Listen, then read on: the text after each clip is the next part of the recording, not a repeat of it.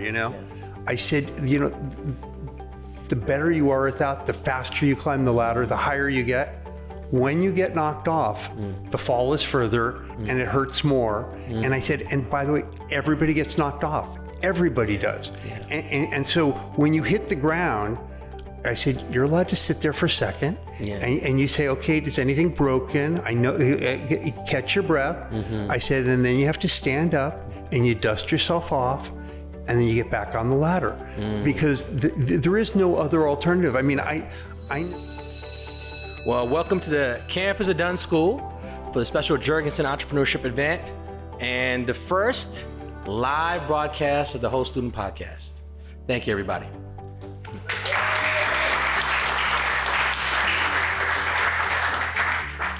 The Whole Student refers to that magical moment when a student is fully seen, heard, and known.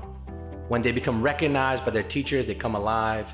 They go on journeys like the students we heard from today and the journeys we've seen on screen. We ask notable people about the teachers in their lives that set them on their journey. Today, the notable person is Mark Hurst, and that's why I have my phone in front of me, because I have a bio that is important for you all to take in.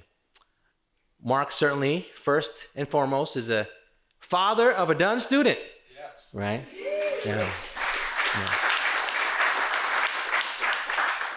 He's a retired ad agency entrepreneur. Mark got his undergraduate degree from UC Irvine and he received his MBA from Dartmouth. And he focused on marketing, strategy, and communications. And you see that throughout his life. Mark started his professional career at Ogilvy and Mather, advertising in New York City. His clients included American Express, Unilever, Peugeot Automobiles. He then worked at Ally and Gargano, where he ran the Federal Express account, and we saw some of those commercials earlier today, and we will talk about those today. Mark also founded Hurst & Partners, a boutique agency, clients including US West, Bell South, Southwestern, Bell, HP, and Cisco. He's retired now, but he stays busy. A trustee for the Archaeological Institute of America, he chairs the development committee. Mark Hurst, thank you for being on the podcast at this event. Appreciate you. Thank you, Cal. So I'm gonna stop talking and start asking you questions and let you go off. So the first question, and I want the students to really lean in right now, is can you describe yourself as a student when you were growing up? What words would you use? Challenged. I didn't learn to read until 5th grade. I had dyslexia, which I'm an old guy. So back in the day, it took them a long time to figure out why I was so slow as a reader. But it ended up working out for me because it kind of put a chip on my shoulder. Sure. And so once I got good tutoring and some diagnostics and got that all figured out, I basically kept a book in my hand for the next 20 or 30 years. And I was viewed as well-read, and that made a big difference. Wow. There's so many times in our journeys that sometimes we can be made to feel inadequate because of circumstances people haven't seen, they don't understand. By the time you got to 5th grade, who were the people in your life that noticed that you needed some help? You know, I had a wonderful teacher, Mrs. Gregory, and, she was always encouraging. And, she knew how I was struggling reading. Thank you. She said, you just work on your listening skills, figure it out. There's ways to compensate for everything. And, when I did learn to read and started reading all the time, it was great. But the fact that I became a really active listener worked so well for me for the rest of my, really throughout my career. Wow. Miss Gregory was a person that noticed you. Was there something that set her apart from your other teachers? Just her humanity. I mean, she's such a wonderful, caring teacher, She was, my elementary school teacher and just absolutely terrific. Wow. Yeah. After Miss Gregory, who were the other teachers in your life on your journey that started to see you and started to make you feel like you can do a lot more than you thought possible? I had a wonderful professor in business school, James Brian Quinn, who actually taught the entrepreneurship program at Dartmouth, the Tuck School. And he taught a course in strategy as well, and that we took that as first year students. And I started off really well in that class, and I was feeling my oats and feeling pretty special. And then I took my first exam and I totally bombed it. And I was like, oh yeah, well, you know, and I sort of went back in my shell because I was like, I sort of lost my mooring a little bit. And he called me in a couple of days later and he said, like, what's happened to you, you know? And I said, well, like, you know, why would you talk when you're doing so badly, you know? He said, no. He goes, you're smart, you're good. He said, you didn't do well on that test, but I got total faith in you.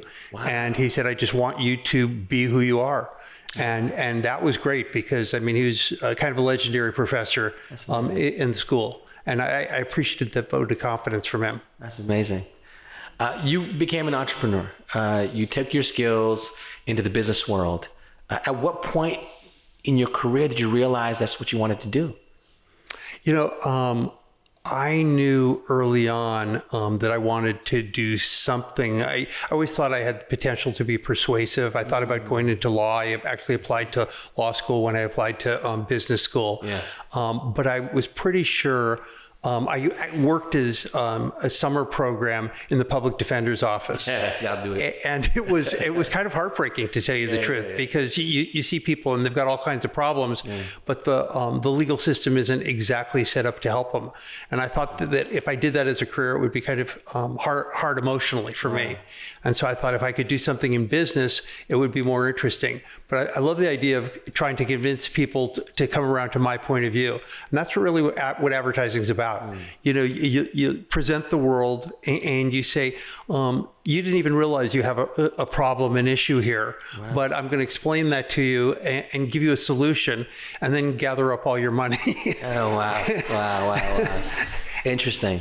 You know, there's a pattern in your story, right? In the beginning, you talk about, you know, having a learning difference and you have this hurdle, you jump over that. Then you get to that test and you fail. And you get talked into, hey, no, don't give up, and you overcome that. Before you got to that business school, you thought about law school. You went into and you overcame that two-tunnel, which way should I go in my life moment that a lot of people have. So you constantly get back up, you constantly evolve, you constantly move forward. How did you use those skills as you became an entrepreneur? What were your first challenges that you rose to the occasion for? It's really interesting. So I worked for a series of big advertising agencies and had a bunch of success. But you know, for each success, there's a setback along the way. I mean, the Federal Express campaign won Campaign of the Decade. I mean, they do thousands of campaigns every year. So to win Campaign of the Decade is a big deal. FedEx was the first company to reach $1 billion in sales within 10 years of startup. That's pretty common in the internet age and in the technology age, but back in the dirty fingernails freight shipping business, that was very uncommon. But you know, we won Campaign of the Decade and we got fired, you know, and you're like, how does that happen? Well, we had a brilliant client who totally understood, was just the best client you could imagine. He got sick, he retired. The woman who replaced him wanted her own campaign. And you know, that's just sort of what happens. I got lucky. I worked for a variety of different really good clients along the way. Telecommunications was an area that I got some expertise in. And I started doing some consulting work for one of the baby bell companies. And after I did that for a couple months, they asked me if I would start an agency for them. And I was sort of like, that's really flattering, guys, but I don't really want to come work for you. I like being independent. And they're like, no. Well, you can be independent. And I said, well, again, I like you guys a lot, but I don't know how much of my money I want to risk because you're, you know, a little back and forth. And they're like, oh, we'll fund it. And so they gave me a check for $700,000 that day, and I opened up an agency for them. That's amazing. And it was really great. But as good as that was, we were doing programs for them. And they were very successful. Typically, if you're doing a direct response, if you get a 1% response rate, it's pretty successful. We were getting 7 or 8% response rate. So we're kind of minting money for them. Yeah. And I'm like, this is great, but you got to keep reinventing it. And one day my client came to me and he said, hey, listen, we were talking to some of the other Baby Bells. A lot of them would be interested in this program. And in advertising, like in law and lots of consulting, if you're working for one client in an industry, you're kind of prohibited from working for their competitors. Yeah. And so I was like, well, that's great, but you wouldn't let me actually talk to them, right? And they're like, oh, no, we're great. We're going to recommend you to all of them. Okay. And so the multiplier effect, I mean, it's where I really started making considerably more money, which I really liked. Rather than invent something once, if you could invent it once and then go sell it to multiple clients, that's a fabulous model. That's amazing. Yeah. Well, one of the gifts of the entrepreneur, the successful entrepreneur, is the ability to be a gifted storyteller. You have to be a gifted storyteller to win the ad of the decade, right? All of that. And even now, as you tell your story, everyone's riveted and listening, and you can hear a pin drop in the room. When did you realize that you had that in you? What were the first stories you were telling? That's a great question. My mom was a teacher, and so she was reading to us from the get-go, telling us stories, having us create stories. It was just she's probably my biggest influence. I was very lucky. Both my parents were great, but my mom, when the year I went to business school, my sister started law school, and my mom dropped us both off. My sister was at University of Pennsylvania Law School, and she said, I'm not that comfortable with my kids being better educated than I am, and so she went back that year to USC and got first a master's and then a PhD in education, and my wife went to Columbia and then to Wharton Business School. And I often say that part of the reason she was so attractive to me is because, you love your mother. If you fall in love with smart women, you fall in love with smart women forever. And that's an incredible gift that she gave me because it made such a difference. I mean, my wife is a very attractive woman, but let me say this. I'm 67 and my wife is 60, and all of that fades as you age a little bit. But you know what? Let me tell you, brains don't fade. Sense of humor doesn't fade. That's something you can grow with. That's awesome. And if I were going to give the young people any advice, marry brains. There's got to be some frisson. There's got to be some good stuff. But also, life is hard. I mean, it is. For every success you have, there's a setback. If you've got a partner who can really help, it makes a huge difference. My wife ran a $4.5 billion bond fund. I mean, I was successful. Honestly, she was more successful. That's a great combination for a family. Let me tell you, it's fabulous. It makes all the difference. That's awesome. All right, Mr. Storyteller, you've been weaving us into your story. Those people in your life, in your life that touched you, in terms of the teachers, the professors, the folks that believed in you in terms of business. How many of those folks do you stay in touch with? It's really, if people help you along the way, they're interested. They want to know how you're doing. It's like Bill Clinton was an incredibly gifted politician, a flawed human like all of us. You know what I'm saying?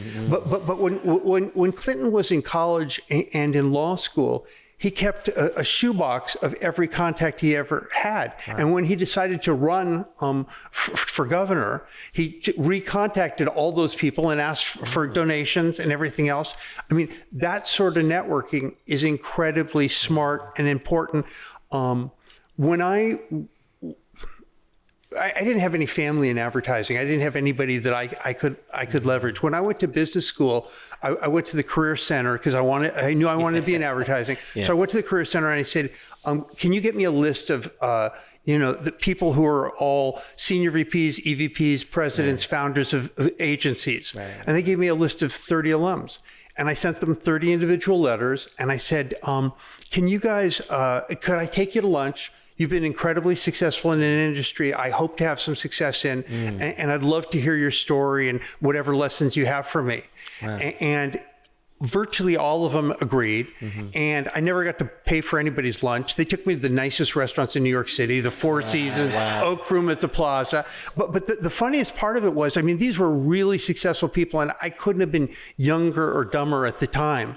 But at the end of the lunch, several of them said to me, they said, it's just been so great talking to you. They said, I wish my spouse and my kids cared as much about my career as you do. Wow. And I think that's true. I mean, most kids don't ask their parents. I mean, the parents pay for a lot of stuff, but they're not that interested. Right. But people all need that validation. And if you give that to them, they're incredibly appreciative. And those people became mentors for me throughout my career and were incredibly generous and kind and networked for me. And it was great. Well, I probably also appreciate the fact that you're telling them not to give up, but reframe and readjust and think about the opportunity differently, as opposed to seeing a hurdle and saying, I'm done, seeing a wall in front of them, which is a beautiful part of your journey as well. A question I ask everyone on the podcast, something that really want you to think back to and think to the inspirations in your life. If I had a magic wand, I could wave it and I could summon 5 individuals who you see as your life's teachers that you can bring together for a dinner, a meal, who would they be? Walk us through each one. Oh, certainly my mom. My mom. See, it doesn't get closer or better. I mean, nobody's judgment or advice I value more than hers. When I was at Ali Gargano, the creative team, Mike Tesh was the guy who came up with the FedEx campaign. Brilliant, funny guy, really smart and interesting, and was a mentor to me. So Mike Tesh. Yeah, really, really good guy. Okay. I had a boss, Dennis Glennon, who was very supportive, right. But he also is like, you're smart. You need a lot more polish, which was correct. He pushed you. And he said, you really need to understand what motivates people even better. And he recommended some books for me that I committed to memory. And it was very good advice. Wow. And just really great, wonderful guy. I've got a buddy I sat on a board with. I served on the board of the Catholic Ed Foundation, and there was a friend of mine on that committee and on that board with me, Charlie Steinmetz. And Charlie's just got an incredibly generous spirit. And he's the one who introduced my son to archaeology. Wow. And Spencer did excavations in Sinop, Turkey for 2 summers and in ancient Corinth, Greece for a summer.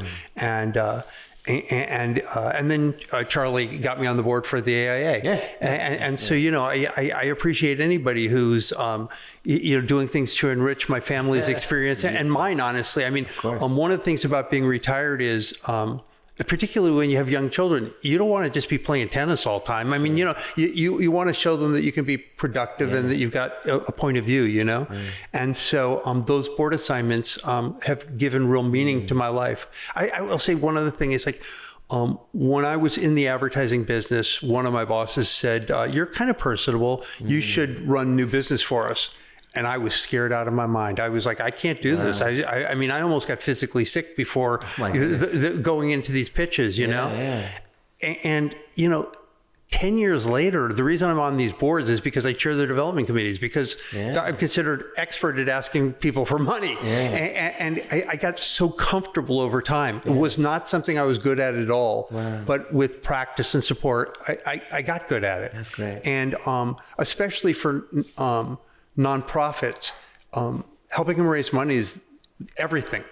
And so it's good. And it gives, like I said, meaning. So you got Charlie, Dennis, Mike, and Mom. You got one more seat left? You. Oh. Now, let me say this. I will tell you something. I love to talk to people, obviously. My daughter, Blake, who's a 10th grader here, she and I were having lunch one day at Industrial Eats. And they have the big, long tables, and we were sitting there, and there was a young couple that was sitting next to us, and we started talking to them, and they were charming. They were from the Bay Area. And my daughter had just started here, and the guy was asking Blake, what brought us here, and she said, well, I'm starting at a new school. I'm starting at the Dunn School. And he said, really? He goes, I think they had a school there. Is this guy Cal? And she goes, yeah, Cal's the head of school. He goes, yeah, he worked at my prep school up in Northern California. He goes, he's the only guy I still stay in touch with from that whole school. He goes, he's the greatest. And literally, I looked at my daughter. I said, we've made a really good choice. and it's true. It was just sort of like, wow. It was like this angel was on our shoulder to just know that we had been guided well. And Jay Conger, who is a dear friend of mine, speaks incredibly well about you as well. So thank you. Well, I'm flattered by that, and you see how inspiring he can be, right? It's phenomenal. So I'm gonna be taking that into the weekend, right, with the glow. So one thing we haven't done on the podcast is go live, right? And we're going live for a reason. At this event, we're opening up questions from the audience, right? Are there parts of Mark's story or things that he said that inspire you or create some curiosities? Do you want to ask a question? And we have an opportunity now. There's a mic that's floating around that you can ask. So, Mark, we're going to go live. We've got a question up front right here. Young entrepreneur. Hi. I really enjoyed this podcast so far. I just have one question. Sure. What were the books that you committed to memory? Oh, yeah. So, there's this Dale Carnegie book, How to Win Friends and Influence People. and it was kind of a revelation for me because, it talks about when you make a mistake, how you need to acknowledge it. Wow. You don't hide from it and apologize. And if you mess something up for a client, you just go to them and take full ownership. Mm. And honestly, you kind of go overboard with it because if you do that, then they feel heard and they understand your commitment to them. You know what I mean? It's hard to mess up. I mean, we all do. We're all human. So it's just something that it's a skill that everybody needs to have.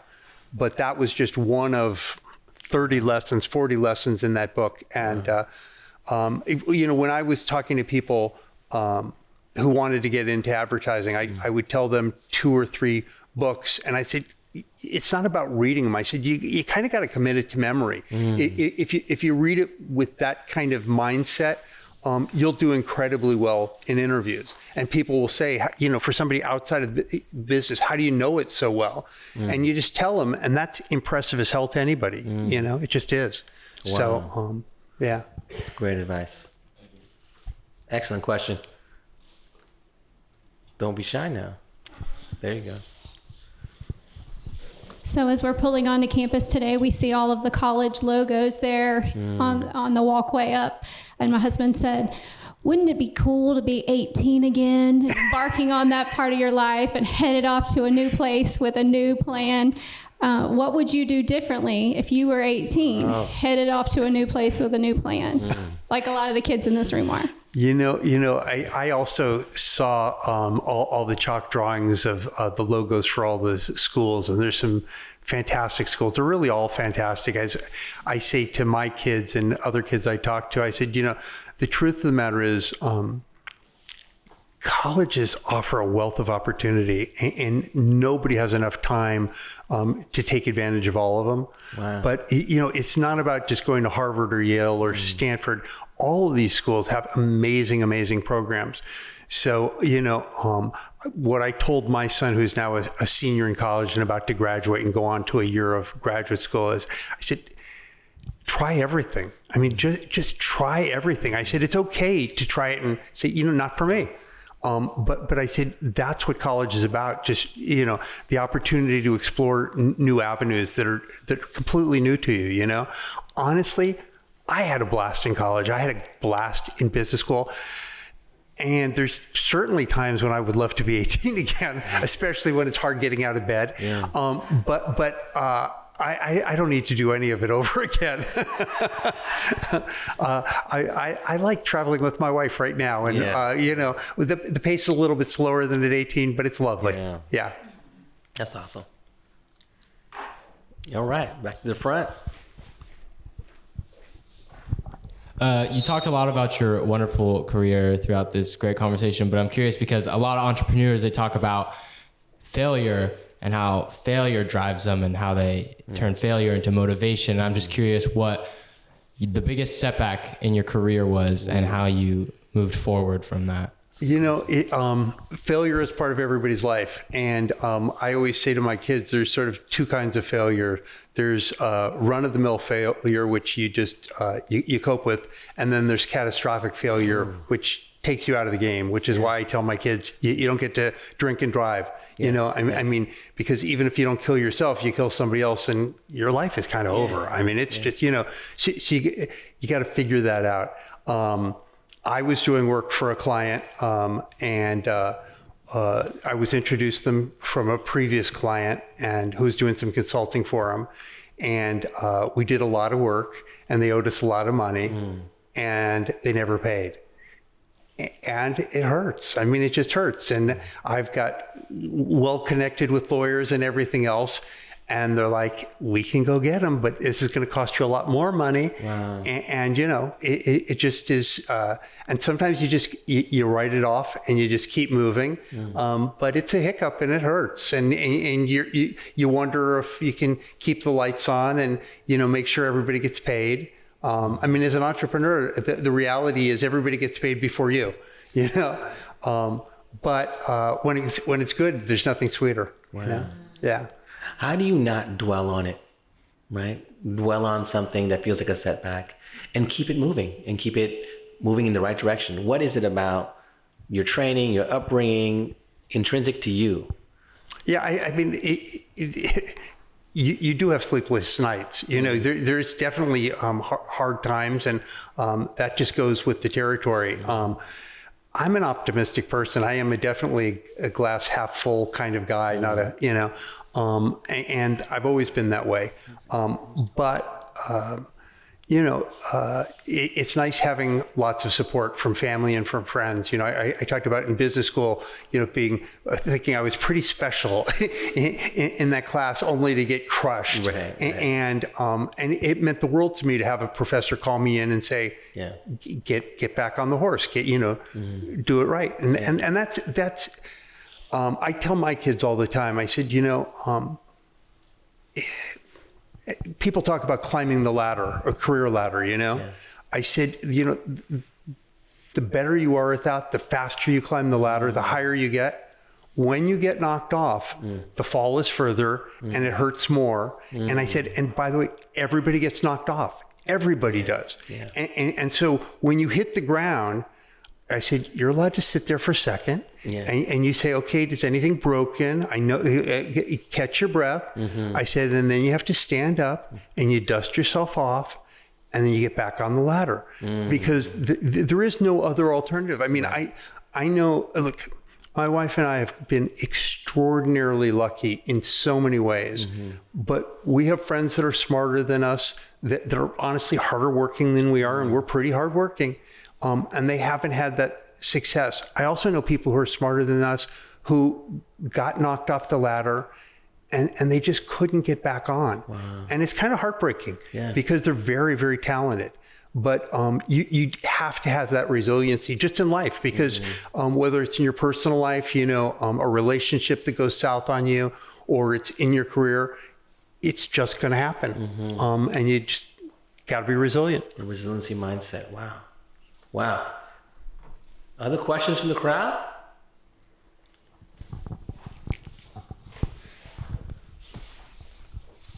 I loved hearing about the books that were interesting to you in your younger years. What are you reading now?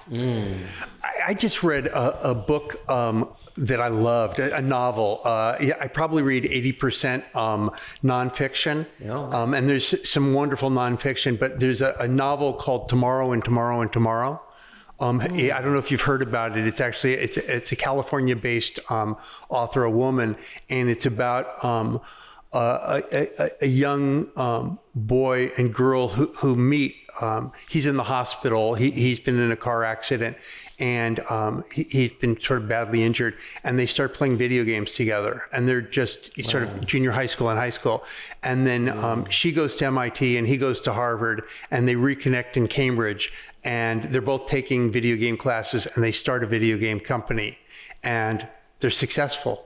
And it's a fabulous book. Wow. It's so much fun. If you need a summer read, I couldn't recommend anything more than that. It's a fabulous book. Yeah. That's awesome. Mark, I appreciate you, and we're gonna leave the rest of the time for you and me and the others to mingle in the crowd. And as we say on the podcast, class dismissed. Oh, thank you so much. Really a pleasure.